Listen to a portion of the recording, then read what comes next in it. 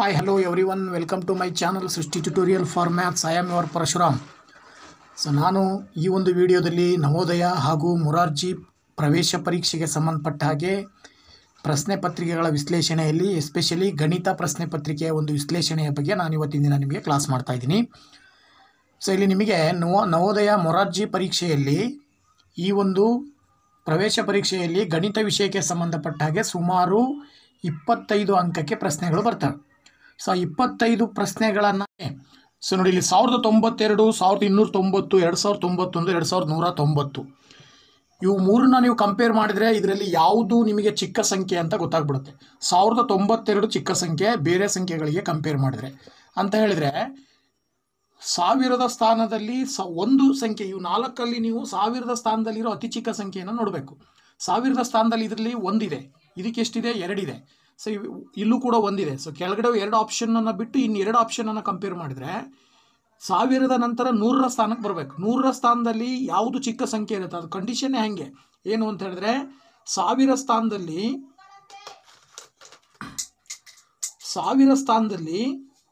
ಚಿಕ್ಕ ಸಂಖ್ಯೆ ಇರಬೇಕು, ಅತಿ ಚಿಕ್ಕ ಸಂಖ್ಯೆ.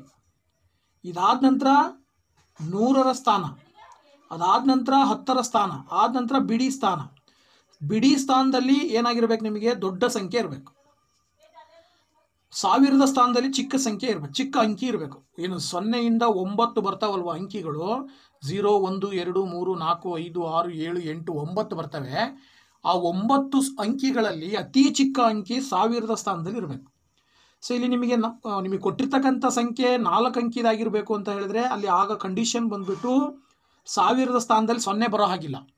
0 ಬಿಟ್ಟು ಉಳಿದಿರುವ ಅಂಕಿಗಳಲ್ಲಿ ಅತಿ ಚಿಕ್ಕ ಅಂಕಿ ಅಂದರೆ 1 ಬರಬೇಕು. ನೀವು ಅತ್ಯಂತ ಚಿಕ್ಕ ಸಂಖ್ಯೆ ರಚನೆ ಮಾಡಬೇಕಾದ್ರೆ ದೊಡ್ಡ ಸ್ಥಾನ ಬೆಲೆ ಏನಿರುತ್ತೆ ಅಲ್ಲಿ ಚಿಕ್ಕ ಅಂಕಿ ಇರಬೇಕು, ಚಿಕ್ಕ ಸ್ಥಾನ ಬೆಲೆ ಏನಿರುತ್ತೆ ಅದರಲ್ಲಿ ದೊಡ್ಡ ಅಂಕಿ ಇರಬೇಕು. ಇದ್ರ ಕಡೆ ನಿಮ್ಮ ಕಾನ್ಸಂಟ್ರೇಷನ್ ಇರಬೇಕು. ಅದರ ಆಧಾರದ ಮೇಲೆ ನೀವು ಇಲ್ಲಿ ಅಬ್ಸರ್ವ್ ಮಾಡಿದರೆ ಫಸ್ಟ್ ಆಪ್ಷನ್, ಒಂದನೇ ಉತ್ತರ ಸರಿ ಇದೆ. ಸೊ ನೀವಲ್ಲಿ ಬಾಕ್ಸ್ನಲ್ಲಿ ಕೆಳಗಡೆ ಏನು ಬರೀಬೇಕು? ಪ್ರಶ್ನೆ ಆ ಒಂದು ಸಂಖ್ಯೆ ಎಷ್ಟು, ಆಪ್ಷನ್ನಿನ ಸಂಖ್ಯೆ 1 ಆಗಿರೋದ್ರಿಂದ 1 ಅಂತ ಬರೀಬೇಕು. ಇದಾದ ನಂತರದಲ್ಲಿ ನೆಕ್ಸ್ಟ್ ಕ್ವಶನ್ ನಂಬರ್ 52 ಕೂಡ ಇದೆ. ಇಲ್ಲಿ 52 ಏನು ಹೇಳುತ್ತೆ ನೋಡೋಣ. ಸೊ 52 14, 36 ಮತ್ತು 66ರ ಮಾಸಾ. ಸೊ ನೋಡಿ 14, 36 ಮತ್ತು 66ರ ಮಾಸಾವನ್ನು ನೀವು ಹೇಗೆ ಕಂಡುಹಿಡಿಬಹುದು ಅಂತ ಹೇಳಿದ್ರೆ ಮಹತ್ತಮ ಸಾಮಾನ್ಯ ಅಪವರ್ತನವನ್ನು ಕಂಡುಹಿಡಿತಕ್ಕಂಥ ವಿಧಾನ ನಿಮಗೆ ಗೊತ್ತಿದೆ, ಓಕೆನಾ? ಸೊ ಮಹತ್ತಮ ಸಾಮಾನ್ಯ ಅಪವರ್ತನವನ್ನು ಕಂಡುಹಿಡಿಬೇಕಾದಾಗ ಆ ಕೊಟ್ಟಿರ್ತಕ್ಕಂಥ ಎಲ್ಲ ಅಂಕಿಗಳನ್ನು ಫಸ್ಟ್ ಬರ್ಕೊಳ್ಳೋ ಸಂಖ್ಯೆಗಳನ್ನು ಯಾವ್ದ್ಯಾವ್ದು ಕೊಟ್ಟಿದ್ದಾರೆ? 14 ಕೊಟ್ಟಿದ್ದಾರೆ, 36 ಕೊಟ್ಟಿದ್ದಾರೆ, ಹಾಗೇನೆ ಇನ್ನೊಂದು ಯಾವ ಸಂಖ್ಯೆ ಕೊಟ್ಟಿದ್ದಾರೆ? 66 ಕೊಟ್ಟಿದ್ದಾರೆ, ಓಕೆನಾ? ಸೊ ಆ ಒಂದು ಸಂದರ್ಭದಲ್ಲಿ ಇದನ್ನು ಅಪವರ್ತೀಕರಿಸ್ತಕ್ಕಂಥದ್ದು. ಸೊ ಅಪವರ್ತೀಕರಣ ಮಾಡ್ತಕ್ಕಂಥ ವಿಧಾನ ನಿಮಗೆ ಗೊತ್ತಿದೆ. ಏನು ಅಪವರ್ತನಗಳು, ಫ್ಯಾಕ್ಟರ್ಸನ್ನು ತಗೊಳ್ತಾ ಹೋಗ್ಬೇಕು. 2ನ್ನು ತಗೊಂಡು ಈ 3 ಸಂಖ್ಯೆಗಳು ಡಿವೈಡ್ ಆಗ್ತವೆ. 2ರಿಂದ ಎಷ್ಟಲೇ? 2 7 14, ಹಾಗೇನೆ 2 1 2 8 16, ಹಾಗೇನೆ ಮತ್ತೆ ಇಲ್ಲಿ 2 3 6, 2 3 6. ಈಗ ಮತ್ತೆ ಇವೆರಡು 2ರಿಂದ ಇವು 3 ಸಂಖ್ಯೆಗಳು ಹೋಗಲ್ಲ, ಹಾಗೇನೆ 2ರಿಂದ 18 ಹೋಗುತ್ತೆ. ಸೊ 18ಅನ್ನು ಬಾಕ್ಸ್ರಿ, 7 ಹಾಗೆ ಬರ್ಕೊಳ್ರಿ, 18 2 9 18, 3 ಹೋಗಲ್ಲ, ಅದನ್ನು ಹಾಗೆ ಬರ್ಕೊಳ್ಳಿ. ಈಗ ಇವು 3 ಕೂಡ 2ರಿಂದ ಡಿವೈಡ್ ಆಗಲ್ಲ ಅಂತ ಗೊತ್ತಾದ ಮೇಲೆ 2ರ ನಂತರ ಬರೋ ಸಂಖ್ಯೆ 3 ತಗೊಳ್ಬೇಕು. ಈಗ 3ರಿಂದ 7 ಹೋಗಲ್ಲ, ಹಾಗೆ ಬರ್ಕೊಳ್ಳಿ. 9 ಹೋಗುತ್ತೆ, 3 3 9, 3 1 3 1. ಈಗ ಮತ್ತೆ 3ರಿಂದ ಹೋಗುತ್ತೆ, ಇದು 7 ಹೋಗಲ್ಲ, 3 ಹೋಗುತ್ತೆ, 3 1, ಮತ್ತೆ 11 ಹೋಗುತ್ತೆ, ಓಕೆನಾ? ಇದಾದ ನಂತರದಲ್ಲಿ 7 ಮತ್ತು 11 ಉಳಿತು. ಯಾವ ಸಂಖ್ಯೆಯಿಂದನೂ ಡಿವೈಡ್ ಆಗಲ್ಲ ಇವು. ಈಗ 7ರಿಂದ 7 ಮಾತ್ರ ಡಿವೈಡ್ ಆಗುತ್ತೆ, 11 ಹಾಗೆ ಉಳಿಯುತ್ತೆ. ನೆಕ್ಸ್ಟ್ 11ರಿಂದ 11 ಡಿವೈಡ್ ಆಗುತ್ತೆ. ಇಲ್ಲಿ ನಿಮಗೆ ಕೊನೆಗೆ ಏನು ಬರಬೇಕು? 1 1 1 ಬರೋವರೆಗೂ ಈ ಥರ ಅಪವರ್ತನ ವಿಧಾನವನ್ನು ಬಳಸಬೇಕು ನೀವು. ಹೀಗೆ ಅಪವರ್ತನ ವಿಧಾನವನ್ನು ಬಳಸಿದ ಮೇಲೆ ನಿಮಗೆ ಇಲ್ಲಿ ಬಂದಿರತಕ್ಕಂಥ ಅಪವರ್ತನಗಳೇನಿದಾವಲ್ಲ ಅವುಗಳನ್ನು ಇಲ್ಲಿ ಬರ್ಕೊಂಡ್ರೆ 2 × 2 × 3 × 3 × 7 × 11 ಅಂತ ಬರುತ್ತೆ, ಹೌದಾ? ಇವಿಷ್ಟರಲ್ಲಿ ಅತ್ಯಂತ ದೊಡ್ಡ ಅಪವರ್ತನ ಯಾವುದು, ಅತ್ಯಂತ ದೊಡ್ಡ ಸಂಖ್ಯೆ ಯಾವುದು? 11. ಸೊ ಈ 11ಅನ್ನು ನಾವು ಇದರ ಮಾಸಾ ಅಂತ ಕರಿತೀವಿ, ಓಕೆನಾ? ಸೊ ದ್ಯಾಟ್ ನೋಡಿ ಇಲ್ಲಿ ಇದರ ಮಾಸಾ ಬಂದ್ಬಿಟ್ಟು 11 ಸರಿಯಾದ ಉತ್ತರ, 4ನೇ ಆಪ್ಷನ್ ಕರೆಕ್ಟ್, ಓಕೆ? ಇದಾದ ನಂತರದಲ್ಲಿ ನೆಕ್ಸ್ಟ್ ಕ್ವಶನ್ ಬಂದ್ಬಿಟ್ಟು 53ನೇ ಪ್ರಶ್ನೆ ಇದೆ ನಿಮ್ಮ ಹತ್ರ. ಸೊ 53ನೇ ಪ್ರಶ್ನೆ ಹೇಳುತ್ತೆ 24, 36 ಮತ್ತು 42ರ ಲಘುತ್ತಮ ಸಾಮಾನ್ಯ ಅಪವರ್ತನ. ನೋಡಿ, ಮಾಸ ಹಾಗೂ ಲಾಸ ಹಾಗೂ ವ್ಯತ್ಯಾಸ ಏನಪ್ಪಾ ಅಂತೇಳಿ ನಾವು ತಿಳ್ಕೊಬೋದು. ಇಲ್ಲಿ ಮೇಲ್ಗಡೆ 2 ಕ್ವಶನ್ ಅನ್ನು ನೋಡೋದ್ರ ಮೂಲಕ ಇಲ್ಲಿ ಲಾಸ ಕಂಡುಹಿಡಿಯೋದು ಹೇಗೆ ಅಂತ ನಾವು ನೋಡೋದಾದ್ರೆ, ಕೊಟ್ಟಿರ್ತಕ್ಕಂಥ ಸಂಖ್ಯೆಗಳು ಯಾವ್ಯಾವು ಬರ್ಕೊಳ್ರಿ ನೀವು. ಯಾವ್ದ್ಯಾವುದು? 24, 36 ಮತ್ತು 42.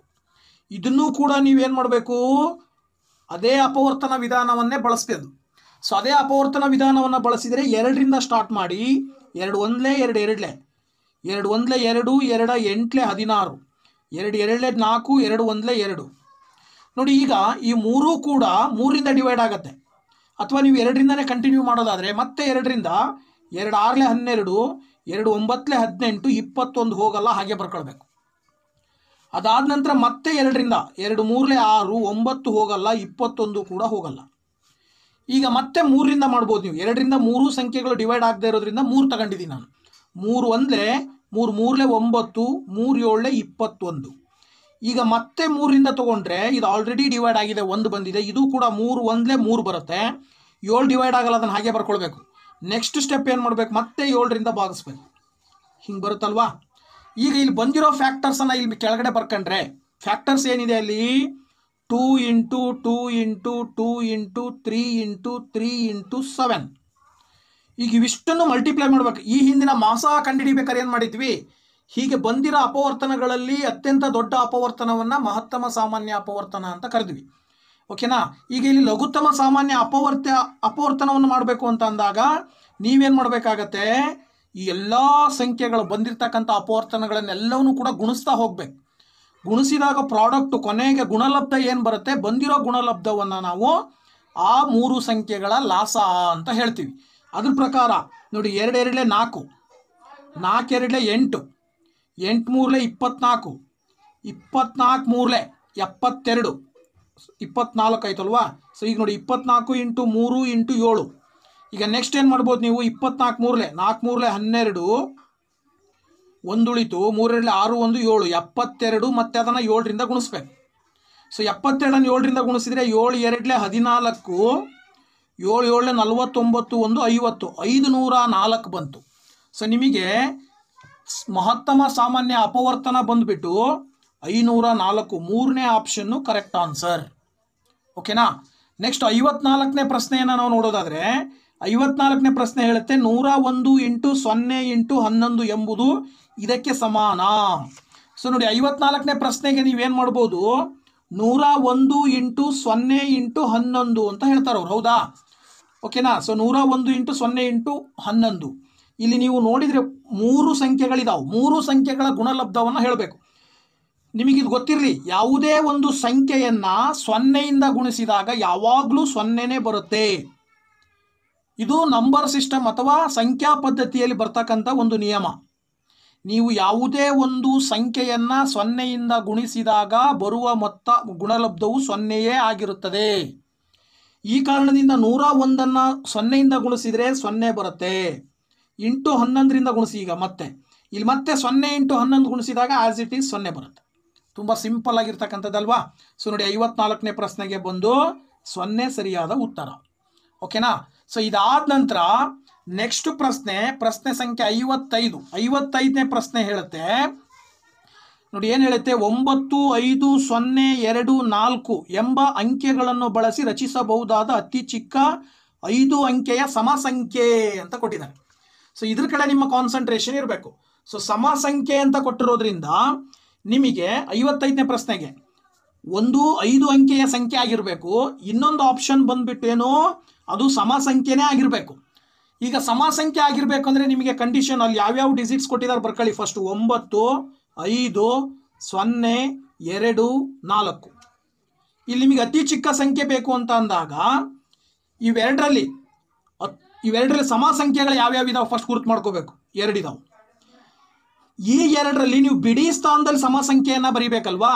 ಈ 2 ಸಮಸಂಖ್ಯೆಗಳಲ್ಲಿ ಅತ್ಯಂತ ಚಿಕ್ಕ ಅಂಕಿ 2, ಅತ್ಯಂತ ದೊಡ್ಡ ಅಂಕಿ 4. ಸೊ 4ಅನ್ನು ನೀವು ಎಲ್ಲಿ ಬರೀಬೇಕು? ಬಿಡಿ ಸ್ಥಾನದಲ್ಲಿ ಬರೀಬೇಕು. ಸೊ 4 ಬಿಡಿ ಸ್ಥಾನದಲ್ಲಿ ಬರೆದ ಮೇಲೆ ನಂತರ ಇನ್ನು ಉಳಿದಿರೋ ಯಾವ ಉಳಿದು? ಇವು 4 ಉಳಿದು ಅಲ್ವಾ? ಈ 4ರಲ್ಲಿ ಅತ್ಯಂತ ದೊಡ್ಡ ಸಂಖ್ಯೆ ಯಾವುದು, ದೊಡ್ಡ ಅಂಕಿ ಯಾವುದು, 9. ಸೊ 9ಅನ್ನು 10ರ ಸ್ಥಾನದಲ್ಲಿ ಬರೀಬೇಕು. ಅದಾದ ನಂತರ ಅದಕ್ಕಿಂತ ಸ್ವಲ್ಪ ಚಿಕ್ಕದು, ಇದನ್ನು ಬಿಟ್ಟರೆ ಇನ್ನು ಉಳಿದಿರೋ ಇವು 3ರಲ್ಲಿ ದೊಡ್ಡ ಸಂಖ್ಯೆ ಯಾವುದು, 5. ಸೊ ಅದನ್ನು ಇಲ್ಲಿ ಬರೀಬೇಕು. ಇದನ್ನು ಬಿಟ್ಟರೆ ಅಂದರೆ ಇನ್ನು 2 ಉಳಿದು ಅಲ್ವಾ. ಸೊ ಇದರಲ್ಲಿ ಅತ್ಯಂತ ಚಿಕ್ಕ ಸಂಖ್ಯೆ 0, ಇಲ್ಲಿ ಬರೀಬಹುದು. ಇಲ್ಲಿ ಬರೆದಾಗ 0 ಬರೀಬೇಕು. ಇವೆರಡರಲ್ಲಿ ಚಿಕ್ಕ ಸಂಖ್ಯೆ ಯಾವುದು, 0. ಅದನ್ನು ಲಾಸ್ಟಿಗೆ ಬರೋದು, ಇಲ್ಲಿ 2 ಬರೆದ್ರೆ ಆಗ ಅದು 5 ಅಂಕೆ ಸಂಖ್ಯೆ ಆಗಲ್ಲ. 5 ಅಂಕೆ ಸಂಖ್ಯೆ ಆಗಬೇಕು ಅಂದರೆ 0 ಬಿಟ್ಟು ಉಳಿದಿರೋ ಯಾವುದಾದ್ರೂ ಸಂಖ್ಯೆ ಇರಬೇಕು ಇಲ್ಲಿ ಕೊನೆಗೆ. ಅದರ ಅರ್ಥ ನಾವು ಈಗ ಇಲ್ಲಿ 0 ಇಲ್ಲಿ ಬರೀಬೇಕು. 1000ದ ಸ್ಥಾನದಲ್ಲಿ 0 ಬರೆದು 10,000ದ ಸ್ಥಾನದಲ್ಲಿ 2 ಬರೆದ್ರೆ 20,594 ಬರುತ್ತೆ. ಓಕೆನಾ. ಸೊ 20,594 ಅಂತ ಹೇಳಿದ್ರೆ ಅದು ಕರೆಕ್ಟ್ ಆನ್ಸರು ಆಪ್ಷನ್ 1. 1ನೇ ಆಪ್ಷನ್ನು ಸರಿಯಾದ ಉತ್ತರ ಇಲ್ಲಿ. ಇದಾದ ನಂತರದಲ್ಲಿ ನೆಕ್ಸ್ಟ್ ಪ್ರಶ್ನೆ ಬಂದು ಪ್ರಶ್ನೆ ಸಂಖ್ಯೆ 56. ಕೆಳಗಿನ ಚಿತ್ರ ಸಂಕೇತವು ಒಬ್ಬ ವ್ಯಾಪಾರಿಯು 4 ದಿನಗಳಲ್ಲಿ ಮಾರಾಟ ಮಾಡಿದ ಕಿತ್ತಳೆ ಹಣ್ಣಿನ ಪೆಟ್ಟಿಗೆಗಳ ಸಂಖ್ಯೆಯನ್ನು ತೋರಿಸುತ್ತದೆ.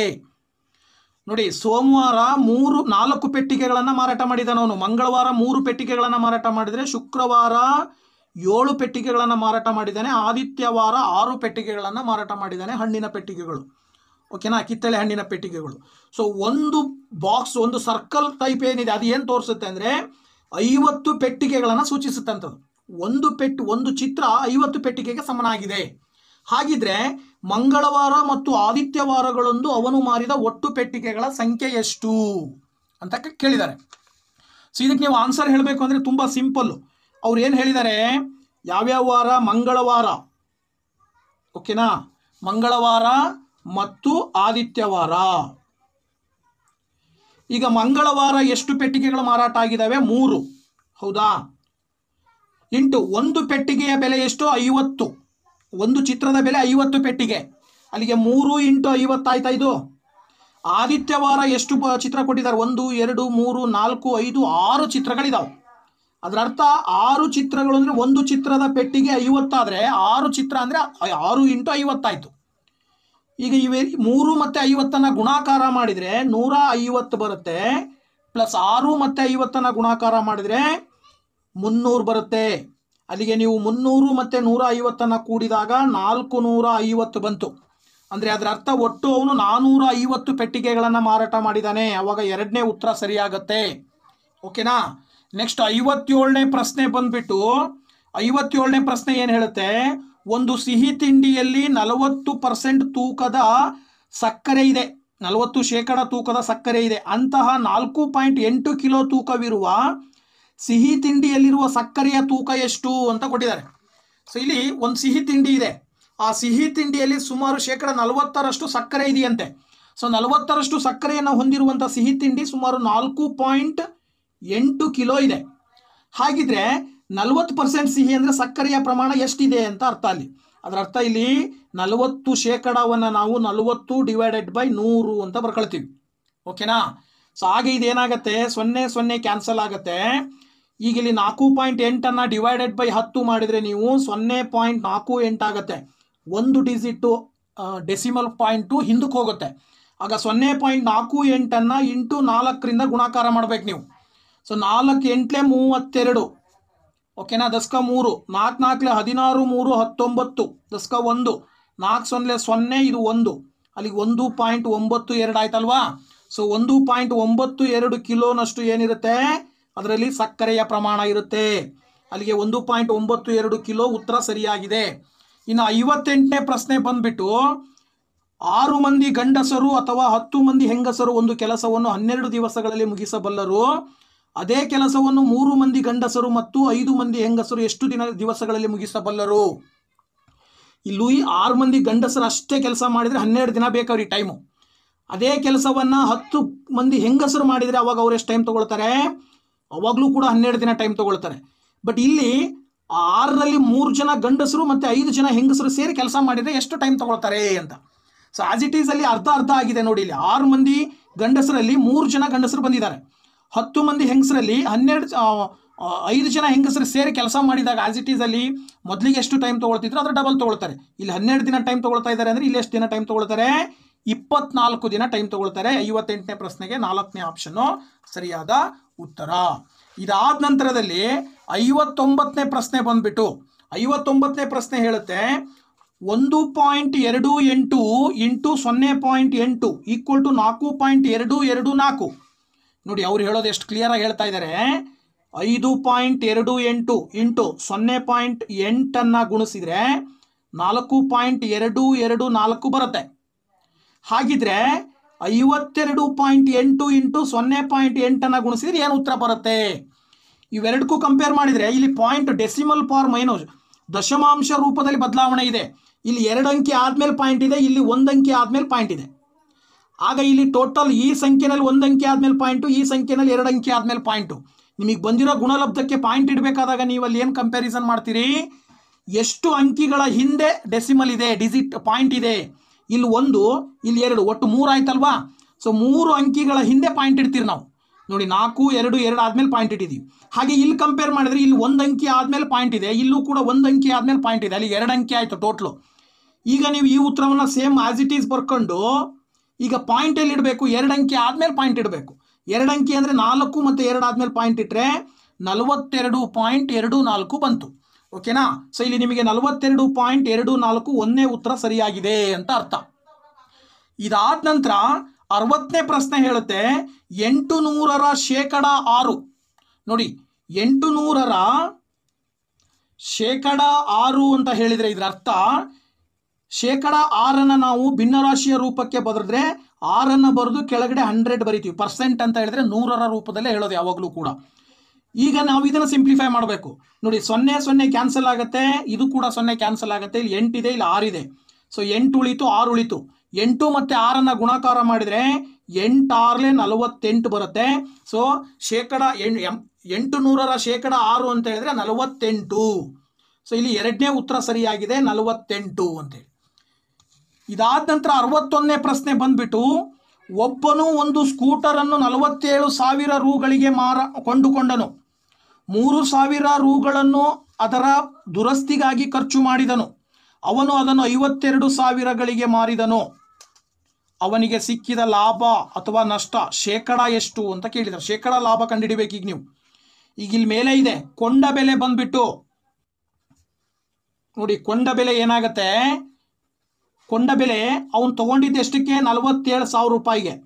ಪ್ಲಸ್ ಅದನ್ನ ದುರಸ್ತಿಗೆ ಕೆಲಸ ಮಾಡಿಸಿದ್ನಲ್ಲ, ರಿಪೇರಿ ಮಾಡಿದ್ನಲ್ಲ, ರಿಪೇರಿ ಮಾಡೋಕ್ಕೆ ಎಷ್ಟು ದುಡ್ಡು ಕೊಟ್ಟ ಅವನು? 3,000. ಅದನ್ನು ಸೇರಿಸ್ಬೇಕು ನಾವಿಲ್ಲಿ.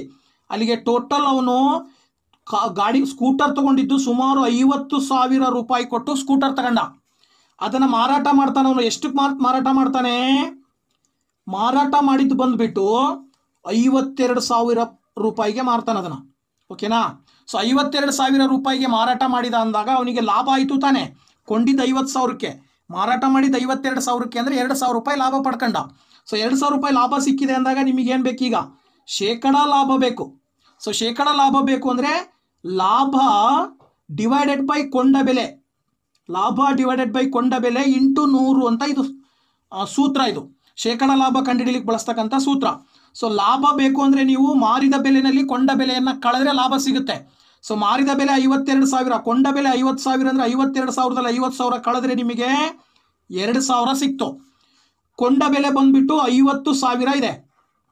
ಇಂಟು 100 ಮಾಡಿದರೆ ನಿಮಗೆ ಶೇಕಡ ಲಾಭ ಸಿಗುತ್ತೆ. ಸೊ ನೋಡಿ 0 0 0 0 ಕ್ಯಾನ್ಸಲ್ ಆಯಿತು. ಈ 0 ಈ 0 ಈ 0 ಈ 0 ಕ್ಯಾನ್ಸಲ್ ಆಯಿತು. ಅಲ್ಲಿ ನಿಮಗೆ ಇಲ್ಲಿ 5, ಇಲ್ಲಿ 4 20, 5ರಿಂದ 20 ಬಾಗಿಸಿದ್ರೆ 4 ಬರುತ್ತೆ ಉತ್ತರ. 5ರಿಂದ 20 ಬಾಗಿಸಿದ್ರೆ ಎಷ್ಟು ಬಂತು? 4 ಅನ್ನೋದು ಏನಿದು? ಶೇಕಡ 4. ಅವನು ಪಡೆದಂಥ ಲಾಭ ಶೇಕಡ 4ರಷ್ಟು ಲಾಭವನ್ನು ಪಡಿತಾನೆ. ಓಕೆನಾ? ಶೇಕಡ 4ರಷ್ಟು ಲಾಭವನ್ನು ಪಡಿತಾನೆ. ಇನ್ನು 62ನೇ ಪ್ರಶ್ನೆ ಬಂದ್ಬಿಟ್ಟು ನೋಡಿ, 62ನೇ ಪ್ರಶ್ನೆ ಏನು ಹೇಳುತ್ತೆ? ವರ್ಷಕ್ಕೆ ಶೇಕಡ 10% ಸರಳ ಬಡ್ಡಿಯ ದರದಲ್ಲಿ ಎಷ್ಟು ಸಮಯದಲ್ಲಿ ಹಣವು ಅದರಷ್ಟಕ್ಕೆ ದ್ವಿಗುಣವಾಗುತ್ತದೆ ಅಂತ ಕೊಟ್ಟಿದ್ದಾರೆ. ನೋಡಿ ನಿಮಗೆ ಇದು ಸೂತ್ರ ಗೊತ್ತು ನಿಮಗೆ, ಯಾವುದು? ಸರಳ ಸಮೀಕರಣವನ್ನು ಕಂಡುಹಿಡಿಯಲಿಕ್ಕೆ ನೋಡಿ, ಸರಳ ಬಡ್ಡಿ ಕಂಡುಹಿಡಿಯಲಿಕ್ಕೆ ಫಾರ್ಮುಲಾ ಇದೆ, PTR/100 ಅಂತೇಳಿ. ಇದರ ಅರ್ಥ P ಅಂದರೆ ಅಸಲು, ಇಂಟು T ಅಂದರೆ ಸಮಯ, ಓಕೆನಾ, ಇಂಟು R ಅಂದರೆ ಬಡ್ಡಿಯ ದರ, ಡಿವೈಡೆಡ್ ಬೈ 100 ಮಾಡ್ಬೇಕು ಆ್ಯಕ್ಚುಲಿ. ಈಗ ಅವ್ರು ಹೇಳ್ತಾರೆ 10%. ಈಗ ಉದಾಹರಣೆಗೆ ತಗೊಳ್ಳೋಣ, ನಾನು 1,000 ರೂಪಾಯಿ ದುಡ್ಡಿದೆ ಅಂತ ತಿಳ್ಕೊಳ್ತೀನಿ. ಸರಿನಾ? ಆ 1,000 ರೂಪಾಯಿಗೆ ಒಂದು ವರ್ಷಕ್ಕೆ ಎಷ್ಟು ಬಡ್ಡಿ ಬರುತ್ತೆ ಅಂತ ಕಂಡುಹಿಡಿಬೇಕೀಗ ನಾವು. ಐ ಅಂದರೆ ಇಂಟ್ರೆಸ್ಟು. ಅಸಲೆ ಬಂದ್ಬಿಟ್ಟು ಎಷ್ಟು? 1,000. ಟೈಮ್ ಬಂದ್ಬಿಟ್ಟು 1 ವರ್ಷ. ಬಡ್ಡಿ ಅದರ ಅವರೇ ಕೊಟ್ಟಿದ್ದಾರೆ 10% ಅಂತ. ಇದನ್ನ ಡಿವೈಡೆಡ್ ಬೈ 100 ಮಾಡಿದರೆ ಎಷ್ಟಾಯ್ತು ಅಲ್ಲಿಗೆ? 0,0,0,0 ಕ್ಯಾನ್ಸಲ್ ಆಯಿತು. 10 ಮತ್ತು 10 ಗುಣಿಸಿದರೆ 100 ಬರುತ್ತೆ. ನೋಡಿ, 1 ವರ್ಷಕ್ಕೆ 100 ರೂಪಾಯಿ ಬಡ್ಡಿ. ಇಂಥದ್ದು ಬಡ್ಡಿನೇ 1,000 ಆಗಬೇಕಲ್ಲ. ಈಗ ಬಡ್ಡಿ 1,000 ಆದರೆ 1,000ಕ್ಕೆ ಪ್ಲಸ್ 1,000 ಸೇರಿದರೆ ದ್ವಿಗುಣ ಆಗುತ್ತೆ ದುಡ್ಡು ಅಂತ. ಸೊ 100 ರೂಪಾಯಿ ಇದ್ದಿದ್ದು 1,000 ರೂಪಾಯಿ ಯಾವಾಗ ಆಗುತ್ತೆ? 10 ವರ್ಷಗಳಾಗಬೇಕಲ್ವಾ. 1 ವರ್ಷಕ್ಕೆ 100 ರೂಪಾಯಿ ಬಡ್ಡಿ ಆದರೆ 10 ವರ್ಷದ ನಂತರ ಬಡ್ಡಿ ಎಷ್ಟು ಬರುತ್ತೆ? 1,000 ಬರುತ್ತೆ. ಪ್ಲಸ್ ನಮ್ಮ ಹತ್ರ ನಾವು ಇಟ್ಟಿದ್ದು ಅಸಲಿ ಎಷ್ಟು? 1,000. ಅಲ್ಲಿಗೆ ಎಷ್ಟಾಯಿತು ದುಡ್ಡು? 2,000. 1,000 ಅಸಲಿಗೆ 1,000 ಬಡ್ಡಿ ಬಂದು ನಾವಿಟ್ಟಂಥ ಹಣ ದ್ವಿಗುಣ ಆಗಬೇಕು ಅಂದರೆ 10 ವರ್ಷಗಳ ಸಮಯ ಬೇಕಾಗತ್ತೆ. ಓಕೆನಾ? ಸೊ ಇದ್ರ ಪ್ರಕಾರ ನಿಮಗೆ ಇಲ್ಲಿ ಆಪ್ಷನ್ ಬಂದ್ಬಿಟ್ಟು 3ನೇ ಸರಿಯಾದ ಉತ್ತರ 10 ವರ್ಷಗಳು. ಇದಾದ ನಂತರ 63ನೇ ಪ್ರಶ್ನೆ ಬಂದ್ಬಿಟ್ಟು 32ರ ಅವಿಭಾಜ್ಯ ಅಪವರ್ತೀಕರಣ. ನೋಡಿ, 32ರ ಅವಿಭಾಜ್ಯ ಅಪವರ್ತೀಕರಣ ಅಂತ ಹೇಳಿದ್ರೆ ನೀವಿಲ್ಲಿ ಅದನ್ನು ಈ ರೀತಿನೂ ಮಾಡ್ಬೋದು. 32ನ್ನು ತಗೊಂಡು ಅವಿಭಾಜ್ಯವಾಗಿ ಅಪವರ್ತೀಕರಣ ಅಂದರೆ ಈ ವಿಧಾನವನ್ನು ಬಳಸ್ತೀವಿ ನಾವು. ಅತ್ಯಂತ ಚಿಕ್ಕ ಸಂಖ್ಯೆಯಿಂದ ಭಾಗಾಕಾರ ಮಾಡ್ತಾ ಹೋಗಬೇಕು.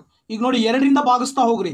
2 1 2 6 ಮತ್ತೆ 2ರಿಂದ ಭಾಗಿಸಿದ್ರೆ 2 8 16, ಮತ್ತೆ 2ರಿಂದ ಭಾಗಿಸಿದ್ರೆ 2 4 8, ಮತ್ತೆ 2ರಿಂದ ಭಾಗಿಸಿದ್ರೆ 2 2 4. ಇದನ್ನು ಮತ್ತೆ 2ರಿಂದ ಭಾಗಿಸಿದ್ರೆ 2 1 2. ಅಲ್ಲಿಗೆ ನೀವು 32ನ್ನು ಈ ಎಲ್ಲ ಅಪವರ್ತನಗಳನ್ನು ಇಲ್ಲಿ ಬರ್ಕೊಂಡ್ರೆ ಎಷ್ಟು ಅಪವರ್ತನಗಳು ಬರ್ತವೆ?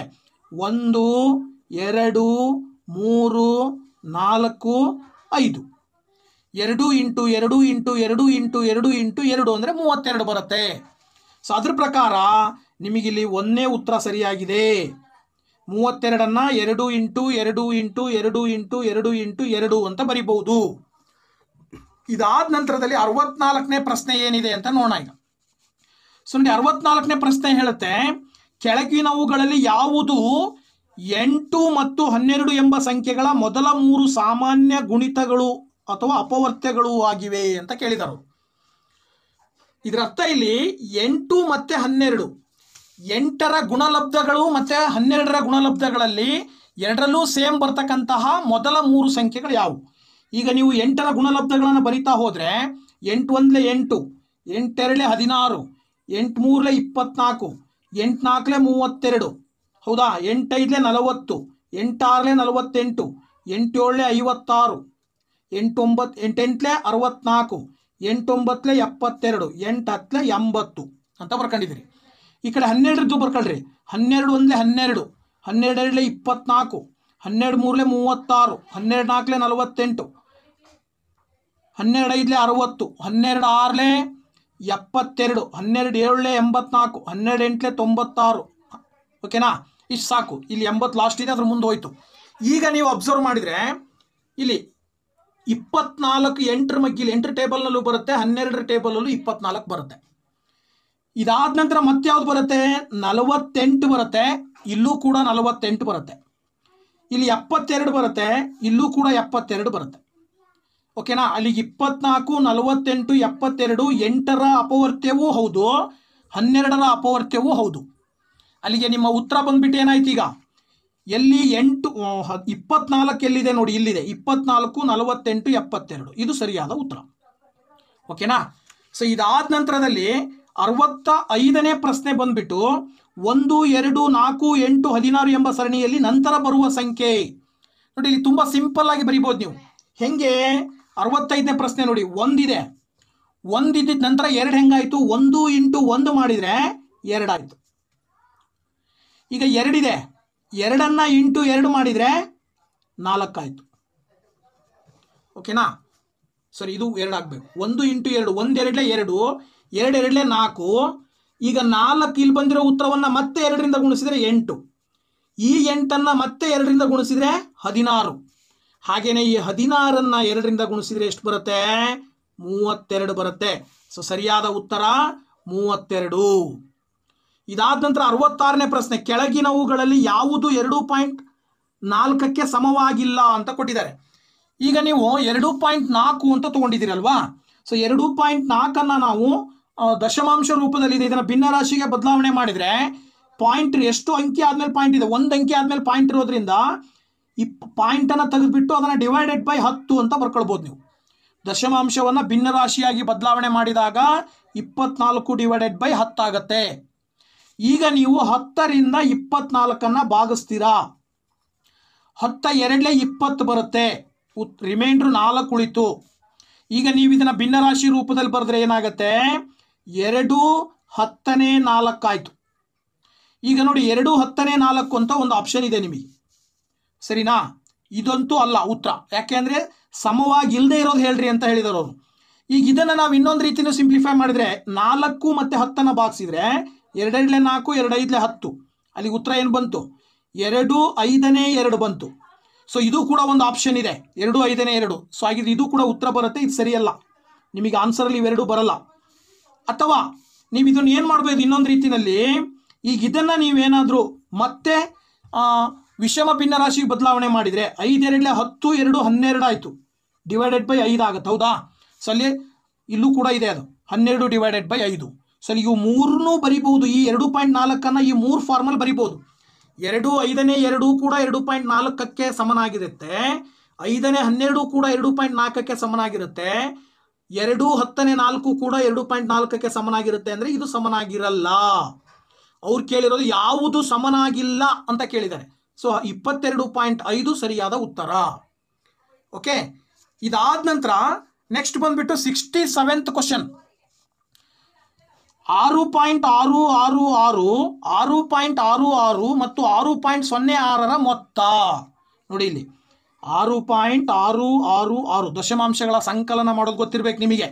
ನೋಡಿ ಇಲ್ಲಿ 6.666 ಮತ್ತೆ 6.66 ಆ ನಂತರ 6.06. ನೀವು ಈ ರೀತಿ ಬರ್ಕೊಳ್ಬೇಕಾದ್ರೆ ದಶಮಾಂಶ ಬಿಂದು ಏನಾಗಿರಬೇಕು, ನೇರವಾಗಿರಬೇಕು. ಬಿಂದುವಿನ ಈ ಕಡೆ ಬಿಂದುವಿನ ಆ ಕಡೆ ಮಧ್ಯೆ ಕರೆಕ್ಟಾಗಿ ನೀವು ಒಂದ್ರ ಕೆಳಗೊಂದು ಬಿಂದು ಬರಬೇಕು. ಈ ರೀತಿ ನೀವು ಸಂಖ್ಯೆಗಳನ್ನು ಅರೇಂಜ್ ಮಾಡ್ಕೋಬೇಕು. ಇಲ್ಲಿ ಪಕ್ಕದಲ್ಲಿ ಖಾಲಿ ಸಂಖ್ಯೆಗಳು ಉಳಿದ್ರೆ ಆ ಜಾಗದಲ್ಲಿ 0 ತುಂಬಬೇಕು. ಈಗ ಆಡ್ ಮಾಡಿ, 6 0 0 ಮಾಡಿದ್ರೆ 6 6 6 12 6 18 ಕೈಲೆ 1, 6 6 12 1 13 ಕೈಲೆ 1, 6 6 6 ಅಂದರೆ 18, ಇದು ಒಂದು 19 ಆಯಿತು, ಹೌದಾ? 19.386 ಬಂತು ಉತ್ತರ ನಿಮಗೆ ಅಲ್ವಾ? 19.386 ಇದರಲ್ಲಿ ಎರಡನೇ ಉತ್ತರ ಸರಿ ಇದೆ ಅಂತ. ಇದಾದ ನಂತರ 68ನೇ ಪ್ರಶ್ನೆ ಸಂಖ್ಯೆ 68 ಬಂದ್ಬಿಟ್ಟು, ಒಂದು ಹಾಲಿನ ಅಳತೆಯು 24 ಮೀಟರ್ ಇಂಟು 20 ಮೀಟರ್ ಆಗಿದೆ. ಅಂದರೆ ಹಾಲ್ ಅಂದರೆ ಗೊತ್ತಾಗತ್ತಲ್ಲ, ಏನೋ ಒಂದು ದೊಡ್ಡ ಒಳಾಂಗಣ. ಆ ಹಾಲಿನ ನೆಲಕ್ಕೆ ಹಾಸಲು ಅಗತ್ಯವಿರುವ 0.4 ಮೀಟರ್ ಇಂಟು 0.6 ಮೀಟರ್ ಅಳತೆಯ ಟೈಲ್ಸ್ಗಳ ಸಂಖ್ಯೆ.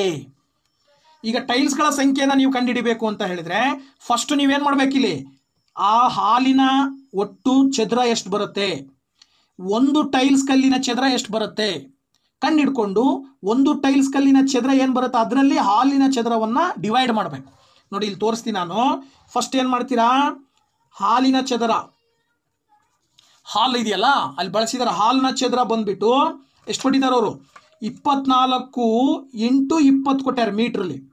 ಸೊ ಇವೆರಡನ್ನ ಗುಣಿಸಿದ್ರೆ 4 2 8 2 2 4 480 ಚದುರ ಮೀಟರ್ ಬರುತ್ತೆ. ಓಕೆನಾ, 480 ಚದುರ ಮೀಟರ್ ಬಂತು. ಅದೇ ರೀತಿ ಟೈಲ್ಸ್ನ ಚದುರ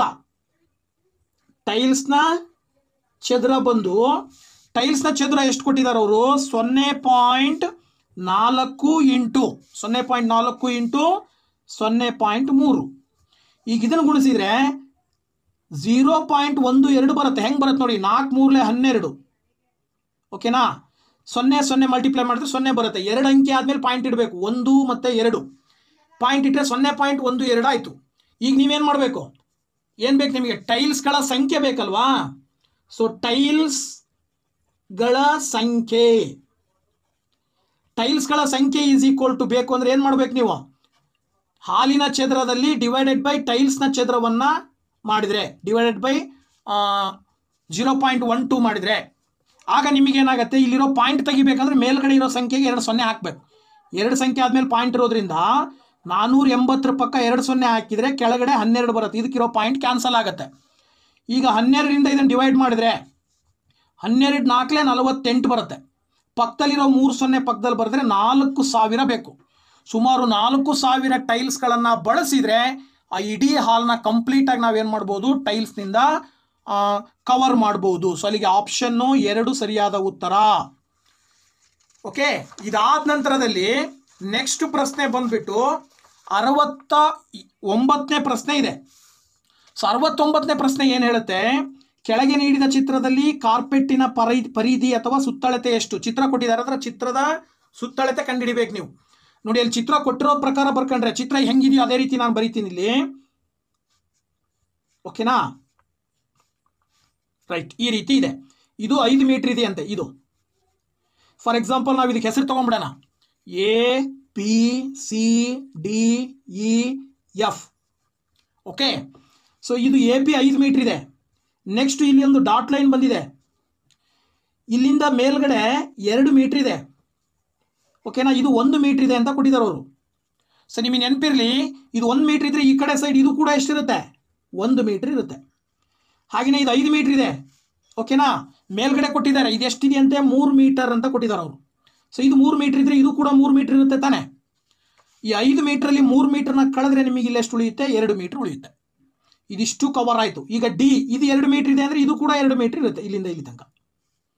ಸೊ ಈಗ ನಿಮಗೆ ಚಿತ್ರದ ಕಾರ್ಪೆಟ್ಟಿನ ಅಂತ ತಗೊಳ್ಳಿ, ಅವ್ರು ಕೊಟ್ಟಿರೋ ಪ್ರಕಾರ ಕಾರ್ಪೆಟ್ಟಿನ ಪರಿಧಿ. ಸೊ ಕಾರ್ಪೆಟ್ಟಿನ ಪರಿಧಿ ಏನಂತ ತಗೊಳ್ಬೋದು ನೀವು? AB, ಇದನ್ನು ಫಸ್ಟ್ ತಗೊಳ್ಳಿ, ಪ್ಲಸ್ ಇದಕ್ಕೆ BC ಕೂಡ್ರಿ, ಪ್ಲಸ್ ಇದಕ್ಕೆ CD ಕೂಡ್ರಿ, ಪ್ಲಸ್ ಅದಕ್ಕೆ DE ಆ್ಯಡ್ ಮಾಡ್ರಿ, ಪ್ಲಸ್ EF ಕೂಡ್ರಿ. ಓಕೆನಾ? ಪ್ಲಸ್ ಅದಕ್ಕೆ ಏನು ಮಾಡ್ಬೇಕು ಮತ್ತೆ? F, ಇದಕ್ಕೆ ಏನಾದ್ರು ಹೆಸರು ಕೊಡ್ರಿ, G ಅಂತೇಳಿ, FG ಕೂಡ್ರಿ, ಪ್ಲಸ್ ಅದಕ್ಕೆ GA ಕೂಡ್ರಿ. ಇದಿಷ್ಟನ್ನು ಕೂಡಿದರೆ ನಿಮಗೆ ಟೋಟಲ್ ಇದು ಸಿಗುತ್ತೆ ನಿಮಗೆ. ಓಕೆನಾ? ಈಗ ತಗೊಳ್ಳೋಣ. AB ಎಷ್ಟಿದೆ? 5, ಪ್ಲಸ್ BC ಎಷ್ಟಿದೆ? 1, ಪ್ಲಸ್ CD ಎಷ್ಟಿದೆ? 2, ಪ್ಲಸ್ DE ಎಷ್ಟಿದೆ? 2, ಪ್ಲಸ್ EF ಬಂದ್ಬಿಟ್ಟು 3, ಪ್ಲಸ್ FG ಬಂದ್ಬಿಟ್ಟು 2, ಪ್ಲಸ್ GA ಬಂದ್ಬಿಟ್ಟು 1. ಈಗ ಇದಿಷ್ಟು ಆ್ಯಡ್ ಮಾಡಿದರೆ 5 1 6, 6 2 8, 8 2 10, 3 13, 2 15, 1 16 ಮೀಟರ್ ಬಂತು ಉತ್ತರ. ಸೊ ಅಲ್ಲಿಗೆ ನಿಮ್ಮ ಉತ್ತರ ಬಂದ್ಬಿಟ್ಟು 16 ಮೀಟರ್. ಮೊದಲನೇ ಉತ್ತರ ಸರಿಯಾಗಿದೆ, 16 ಮೀಟರ್. ನೆಕ್ಸ್ಟ್ ಪ್ರಶ್ನೆ ಬಂದ್ಬಿಟ್ಟು 70ನೇ ಪ್ರಶ್ನೆ ಇದೆ. ಸೊ ನೋಡಿ, 70ನೇ ಪ್ರಶ್ನೆ ಏನು ಹೇಳುತ್ತೆ, ಒಂದು ರೈಲು ಗಾಡಿಯು ಬೆಳಗ್ಗೆ 5:45ಕ್ಕೆ ಹೊರಟು ನಂತರದ ನಿಲ್ದಾಣವನ್ನು ಬೆಳಗ್ಗೆ 9:20ಕ್ಕೆ ತಲುಪುತ್ತದೆ. ಸೊ ನಂತರದ ನಿಲ್ದಾಣವನ್ನು ತಲುಪಲು ಆ ರೈಲು ಗಾಡಿಯು ತೆಗೆದುಕೊಂಡ ಸಮಯವೆಷ್ಟು ಅಂತ ಕೇಳಿದರು. ಸೊ ಆ ಸಮಯ ಬೇಕು ಅಂತ ಹೇಳಿದ್ರೆ ಇಲ್ಲಿ ಆ್ಯಕ್ಚುಲಿ ನಿಮಗೇನು, ಫಸ್ಟ್ ನೀವು ರೈಲು ಗಾಡಿ ನಿಲ್ದಾಣ ಬಿಟ್ಟ ಸಮಯವನ್ನು ತಗೊಳ್ಳಿ. ಫಸ್ಟು ನಿಲ್ದಾಣ ಬಿಟ್ಟ ಸಮಯ ಎಷ್ಟಿದೆ? 5:45 ಇದೆ. ಇದನ್ನು ನಾವು ಭಿನ್ನರಾಶಿ ರೂಪಕ್ಕೆ ಬದಲಾವಣೆ ಮಾಡ್ಕೊಂಡ್ರೆ 5:45 ನಿಮಿಷವನ್ನು ಡಿವೈಡೆಡ್ ಬೈ 60 ಅಂತ ತಗೊಳ್ಬೋದು. 60 ನಿಮಿಷದಲ್ಲಿ 45 ನಿಮಿಷ ಅಂತ, 5 60 ಅಂತ ತಗೊಳ್ರಿ. ನೆಕ್ಸ್ಟು ನಂತರದ ನಿಲ್ದಾಣ ತಲುಪಿದ ಸಮಯ. ಓಕೆ, ನಂತರದ ನಿಲ್ದಾಣ ತಲುಪಿದ ಸಮಯ ಬಂದ್ಬಿಟ್ಟು ಎಷ್ಟಿದೆ ಇಲ್ಲಿ? 9:20, ರಾತ್ರಿ 9:20ಕ್ಕೆ ಹೋಗಿ ತಲುಪುತ್ತೆ ಅಂತ ತಿಳ್ಕೊಳ್ಳಿ. ಸೊ ಇದನ್ನು ಕೂಡ ನೀವು ಭಿನ್ನರಾಶಿ ರೂಪಕ್ಕೆ ಬದಲಾವಣೆ ಮಾಡಿದರೆ 9:20 ಡಿವೈಡೆಡ್ ಬೈ 60 ಯಾಕೆ ತಗೊಂಡಿನಿ ಅಂದರೆ 60 ನಿಮಿಷಕ್ಕೆ 1 ಗಂಟೆ, ಆ ಕಾರಣದಿಂದ 60 ತಗೊಂಡಿದ್ದೀನಿ ನಾನು. ಓಕೆನಾ? ಸೊ ಈಗ ನಿಮಗೆ ಏನು ಬೇಕು? ಅದು ಟ್ರಾವೆಲ್ ಮಾಡಿರುವಂಥ ಟೈಮ್ ಬೇಕಲ್ವಾ? ಆ ರೈಲು ಗಾಡಿಯು ತೆಗೆದುಕೊಂಡ ಸಮಯ, ರೈಲು ಗಾಡಿ ತೆಗೆದುಕೊಂಡ ಸಮಯ ಎಷ್ಟು ಬರುತ್ತೆ? ಇದರಲ್ಲಿ ಇದನ್ನು ಕಳಿಬೇಕಲ್ವಾ? 60:20 ಮೈನಸ್ 5 60:45 ಇವೆರಡನ್ನ ಕಳೆದ್ರೆ ಸಿಗುತ್ತೆ ನಿಮಗೆ. ಸೊ ಇದನ್ನು ಹೆಂಗೆ ಕಳಿತೀರಿ? ಇದನ್ನು ಕಳಿಬೇಕಾದ್ರೆ ವಿಷಮ ಭಿನ್ನ ರಾಶಿಯಲ್ಲಿರೋದನ್ನು ಮಿಶ್ರ ಭಿನ್ನ ರಾಶಿಯಲ್ಲಿರೋದನ್ನು ವಿಷಮ ಭಿನ್ನ ರಾಶಿಗೆ ಬದಲಾವಣೆ ಮಾಡ್ಕೊಳ್ರಿ. ಅಲ್ಲಿ ಏನಾಗುತ್ತೆ? 9 × 60, 9 × 60 ಮಾಡಿದ್ರೆ ಎಷ್ಟು ಬರುತ್ತೆ? 540 ಬರುತ್ತೆ. 540 ಪ್ಲಸ್ 20 ಮಾಡಿದರೆ 560 ಡಿವೈಡೆಡ್ ಬೈ 60. ಇಲ್ಲಿ 345 ಬರುತ್ತೆ. ಡಿವೈಡೆಡ್ ಬೈ 60 ಮಾಡಿ. ಈಗ ಎರಡೂ ಭಿನ್ನರಾಶಿಯ ಛೇದಗಳು ಸಮ ಇದ್ದಾಗ ಅಂಶಗಳನ್ನು ಕಳಿತೀರಿ.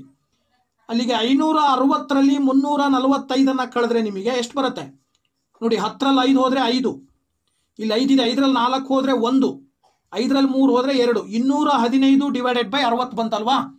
ಈಗ 60ರಿಂದ 215 ಭಾಗಿಸಿ. 60ರಿಂದ 215 ಭಾಗಾಕಾರ ಮಾಡಿದರೆ 63 180 ಬರುತ್ತೆ, 35 ಶೇಷ ಉಳಿಯುತ್ತೆ. ಅಲ್ಲಿಗೆ ಇದನ್ನು ಭಿನ್ನರಾಶಿ ರೂಪದಲ್ಲಿ ಬರೆದ್ರೆ 3 35ನೇ 60 ಅಂತ ಬರಿಬೋದಾ. ಸೊ ಇದು ಅರ್ಥ ಏನು ಕೊಡುತ್ತೆ, 3 ಗಂಟೆ 35 ನಿಮಿಷ ಟೈಮ್ ತಗೊಳುತ್ತೆ ಅಂತ. ಸಿಕ್ತಲ್ವ ನಿಮಗೆ ಸುಲಭವಾಗಿ. ಈ ರೀತಿ ಮಾಡಿದಾಗ ನಿಮಗೆ ಟೈಮ್ ಎಕ್ಸಾಕ್ಟ್ ಸಿಕ್ತು. ಸೊ ಅದು ಟ್ರಾವೆಲ್ ಮಾಡಲಿಕ್ಕೆ ಇನ್ನೊಂದು ನಿಲ್ದಾಣವನ್ನು ತಲುಪಲಿಕ್ಕೆ ತಗೊಂಡಂತಹ ಸಮಯ ಎಷ್ಟು, 3 ಗಂಟೆ 35 ಮಿನಿಟ್ಟು. ಇದಾದ್ಮೇಲೆ 71ನೇ ಪ್ರಶ್ನೆ ಬಂದ್ಬಿಟ್ಟು 71ನೇ ಪ್ರಶ್ನೆ ಇದೆ. ಸೊ 71ನೇ ಪ್ರಶ್ನೆ ಏನು ಹೇಳುತ್ತಪ್ಪ ಅಂದರೆ, ಒಂದು ಬಕೆಟ್ಟಿನಲ್ಲಿ 20 ಲೀಟರ್ಗಳಷ್ಟು ನೀರು ಹಿಡಿಯಬಲ್ಲದು. ಅದರ 5/3 ಭಾಗವು ತುಂಬಿದೆ. ಆ ಬಕೆಟನ್ನು ಪೂರ್ತಿಯಾಗಿ ತುಂಬಿಸಲು ಎಷ್ಟು ಲೀಟರಿನ ಅಗತ್ಯವಿದೆ? ಈಗ ಬಕೆಟ್ನಲ್ಲಿರೋ ನೀರಿನ ಪ್ರಮಾಣ 20 ಲೀಟರ್, ಹೌದಾ? ಆ 20 ಲೀಟರ್ ನೀರಿನ ಪ್ರಮಾಣ ಏನಿದೆ, ಬಕೆಟನ್ನು ನಾವು ಭಾಗ ಮಾಡೋಣ, 5 ಭಾಗ ಮಾಡಿ ಅದರಲ್ಲಿ 3 ಭಾಗ ನೀರು ತುಂಬಿದೆ. ಬಕೆಟನ್ನು 5 ಭಾಗ ಮಾಡಿದ್ದೀವಿ ಅಂದರೆ ಅದರಲ್ಲಿ 3 ಭಾಗ ನೀರು ತುಂಬಿದೆ ಅಂದರೆ ಅವಾಗ 5/3 ಆದರೆ ಇಂಟು 20 ಮಾಡಿದರೆ ಎಷ್ಟಾಯ್ತು ಅಲ್ಲಿಗೆ? ಅದು ಕೆಪಾಸಿಟಿ, ಅದು ಬಕೆಟಿನ ಕೆಪಾಸಿಟಿ 20 ಲೀಟರ್ ನೀರು ಹಿಡಿಯುತ್ತೆ. ಅಂತ 20 ಲೀಟರ್ ನೀರು ಹಿಡಿಯುವಂಥ ಬಕೆಟ್ನಲ್ಲಿ 3 ಭಾಗದಷ್ಟರಲ್ಲಿ ನೀರು ಎಷ್ಟಿರುತ್ತೆ? 5ರಿಂದ 20 ಗುಣಿಸಿದರೆ 5 4 ಅಲ್ಲಿಗೆ 4 3 12 ಬಂತು. ಅದರ ಅರ್ಥ ಏನು? 12 ಲೀಟರ್ ನೀರಿದೆ ಅದರಲ್ಲಿ ಬಕೆಟ್ನಲ್ಲಿ. ಹಾಗಿದ್ರೆ ಇನ್ನೆಷ್ಟು ಲೀಟರ್ ನೀರು ಅಗತ್ಯತೆ ಇದೆ? ಅದರ ಕೆಪಾಸಿಟಿ 20 ಲೀಟರ್ ಅಲ್ವಾ, ಅದರಲ್ಲಿ 12 ಲೀಟರ್ ನೀರನ್ನ ಕಳೆದ್ರೆ ಎಷ್ಟು ಉಳಿತು? 8 ಲೀಟರ್ ನೀರು ಉಳಿತು. ಸೊ 8 ಲೀಟರ್ನಷ್ಟು ನೀರನ್ನು ಅದಕ್ಕಿನ್ನೂ ತುಂಬಿಸಬಹುದು ಅಂತ. ನೆಕ್ಸ್ಟ್ 72ನೇ ಪ್ರಶ್ನೆ ಬಂದ್ಬಿಟ್ಟು, ಒಬ್ಬ ಅಂಗಡಿಯವನು ಪ್ರತಿ ಬಾಲ್ ಪೆನ್ನಿಗೆ 12ರಂತೆ ರೂಪಾಯಿ 12ರಂತೆ ಅಥವಾ 5ರ ಒಂದು ಪ್ಯಾಕೆಟ್ಗೆ 50ರಂತೆ ಮಾರುತ್ತಾನೆ. 23 ಬಾಲ್ ಪೆನ್ನುಗಳನ್ನು ಕೊಂಡುಕೊಳ್ಳಲು ಕನಿಷ್ಠ ಎಷ್ಟು ಹಣ ಬೇಕಾಗುತ್ತದೆ ಅಂತ ಪ್ರಶ್ನೆ. ನೋಡಿ ಇಲ್ಲಿ ಕ್ಲಿಯರ್ ಇದೆ ಏನು, ಅವನಿಗೆ 23 ಬಾಲ್ ಪೆನ್ ತೊಗೊಂಡಿದ್ದಾನೆ. ಅವನು ಎಷ್ಟು ಬಾಲ್ ಪೆನ್ ತೊಗೊಂಡಿದ್ದಾನೆ? 23. ಅಂಗಡಿಯವ ಏನು ಮಾಡ್ತಾ ಇದ್ದಾನೆ, 5 ಬಾಲ್ ಪೆನ್ನಿಂದ ಒಂದೊಂದು ಪ್ಯಾಕೆಟ್ ಇದೆ, 5 ಬಾಲ್ ಪೆನ್ನಿನ ಪ್ಯಾಕೆಟ್ ತಗೊಂಡ್ರೆ ಅವರಿಗೆ ಎಷ್ಟು ರೂಪಾಯಿ ದುಡ್ಡು ಹಾಕ್ತಾನೋ, 50 ರೂಪಾಯಿದಂತೆ ಹಾಕ್ತಾನೆ. ಸಪ್ರೇಟಾಗಿ ಒಂದೊಂದೇ ಪೆನ್ ತಗೊಂಡ್ವಿ ಅಂತ ಅಂದರೆ ಒಂದು ಪೆನ್ನಿಗೆ ಏನು ಹಾಕ್ತಾನೆ ಅವನು ರೇಟು, ಒಂದು ಪೆನ್ನಿನ ರೇಟ್ ಬಂದುಬಿಟ್ಟು 12 ರೂಪಾಯಿ ಹಾಕ್ತಾನೆ. ಓಕೆನಾ? ಸೊ ಆ್ಯಕ್ಚುಲಿ ಅವನು ಎಷ್ಟು ಪೆನ್ ತೊಗೊಳ್ಬೇಕು? 23 ಪೆನ್ ತೊಗೊಳ್ಬೇಕಲ್ಲ. ಅದರಲ್ಲಿ 20 ಪೆನ್ನನ್ನು 5 ಪೆನ್ನಿಂದ ಒಂದೊಂದು ಪ್ಯಾಕೆಟ್ನಂತೆ 4 ಪ್ಯಾಕೆಟ್ ತೊಗೊಳ್ತಾನೆ ಅಂತ ತಿಳ್ಕೊಳ್ಳಿ. 4 ಪ್ಯಾಕೆಟ್ ತಗೊಂಡ್ರೆ ಅವನಿಗೆ 20 ಪೆನ್ ಸಿಕ್ಬಿಟ್ಟು, ಅದರ ಅರ್ಥ ಅಲ್ಲಿ 4 ಪ್ಯಾಕೆಟ್ಗೆ ಅವನಿಗೆ 50 ರೂಪಾಯಿ ರೇಟ್ ಬಿತ್ತು. ಆಗ 200 ರೂಪಾಯಿ ದುಡ್ಡು ಆಯಿತು ಅವನು. ಸರಿನಾ? ಇನ್ನೆಷ್ಟು ಉಳಿದು? 3 ಪೆನ್ ಬೇಕಲ್ಲ, ಅದನ್ನು ಲೂಸ್ ತಗೊಂಡ. ಒಂದು ಪೆನ್ನಿಗೆ ಎಷ್ಟು ರೇಟ್ ಹಾಕ್ತಾನೆ ಅವನು? 12 ರೂಪಾಯಿ ಹಾಕ್ತಾನೆ. ಅಲ್ಲಿಗೆ 3 ಪೆನ್ನಿನ ಬೆಲೆ ಎಷ್ಟಾಯಿತು? 36 ರೂಪಾಯಿ ಆಗುತ್ತೆ. ಸೊ ಅಲ್ಲಿಗೆ 200 ರೂಪಾಯಿ ಇದು ಪ್ಲಸ್ ಇನ್ನು ಉಳಿದಿರೋ 3 ಪೆನ್ನಿನ 36 ರೂಪಾಯಿ ಸೇರಿದರೆ 236 ರೂಪಾಯಿ ಕೊಡಬೇಕಾಗತ್ತೆ ಅವನು ಅಂಗಡಿಯವನಿಗೆ. ಸೊ ಅಲ್ಲಿಗೆ 236 ಸರಿಯಾದ ಉತ್ತರ. ಇದಾದ ನಂತರ ಕ್ವಶನ್ ನಂಬರ್ 73 73ನೇ ಪ್ರಶ್ನೆ ಇದೆ. ಒಂದು ಪರೀಕ್ಷೆಯಲ್ಲಿ ರಮೇಶನು ಗುರುದಾಸ್ಗಿಂತ 15 ಹೆಚ್ಚು ಅಂಕಗಳನ್ನು ಪಡೆದನು. ಲೀಲಾ ಗುರುದಾಸ್ಗಿಂತ 7 ಕಡಿಮೆ ಅಂಕಗಳನ್ನು ಪಡೆದಳು. ಅವರ ಅಂಕಗಳ ಒಟ್ಟು ಮೊತ್ತ 83. ಆದರೆ ಗುರುದಾಸ್ ಪಡೆದ ಅಂಕ ಎಷ್ಟು? ನೋಡಿ ಇಲ್ಲಿ ಪ್ರಶ್ನೆ ಕ್ಲಿಯರ್ ಇದೆ. ಗುರುದಾಸ್ ಪಡೆದ ಅಂಕ ಗೊತ್ತಿಲ್ಲ, ಸರಿನಾ? ಈಗ ನಾವೇನು ತಗೊಳ್ಬೇಕು? ಗುರುದಾಸ್ ಪಡೆದ ಅಂಕ ಎಕ್ಸ್ ಅಂತ ತಗೊಂಡ್ರೆ ರಮೇಶ ಎಷ್ಟು ತಗೊಂಡಿದ್ದಾನೆ ಅವಾಗ? ರಮೇಶ ಪಡೆದ ಅಂಕ ಏನಾಗುತ್ತೆ? ರಮೇಶ ಪಡೆದ ಅಂಕ ಬಂದ್ಬಿಟ್ಟು ಇವನಿಗಿಂತ 15 ಜಾಸ್ತಿ ಅಂದರೆ ಎಕ್ಸ್ ಪ್ಲಸ್ 15. ಅದೇ ರೀತಿ ಇನ್ನೊಬ್ರು ಯಾರು? ಲೀಲಾ. ಲೀಲಾ ಪಡೆದ ಅಂಕ ಎಷ್ಟು? ಲೀಲಾ ಪಡೆದ ಅಂಕ, ಲೀಲಾ ಗುರುದಾಸ್ಗಿಂತ 7 ಕಡಿಮೆ ಅಂಕ ಪಡೆದಿದ್ದಾಳೆ ಅಂದರೆ ಎಕ್ಸ್ ಮೈನಸ್ 7.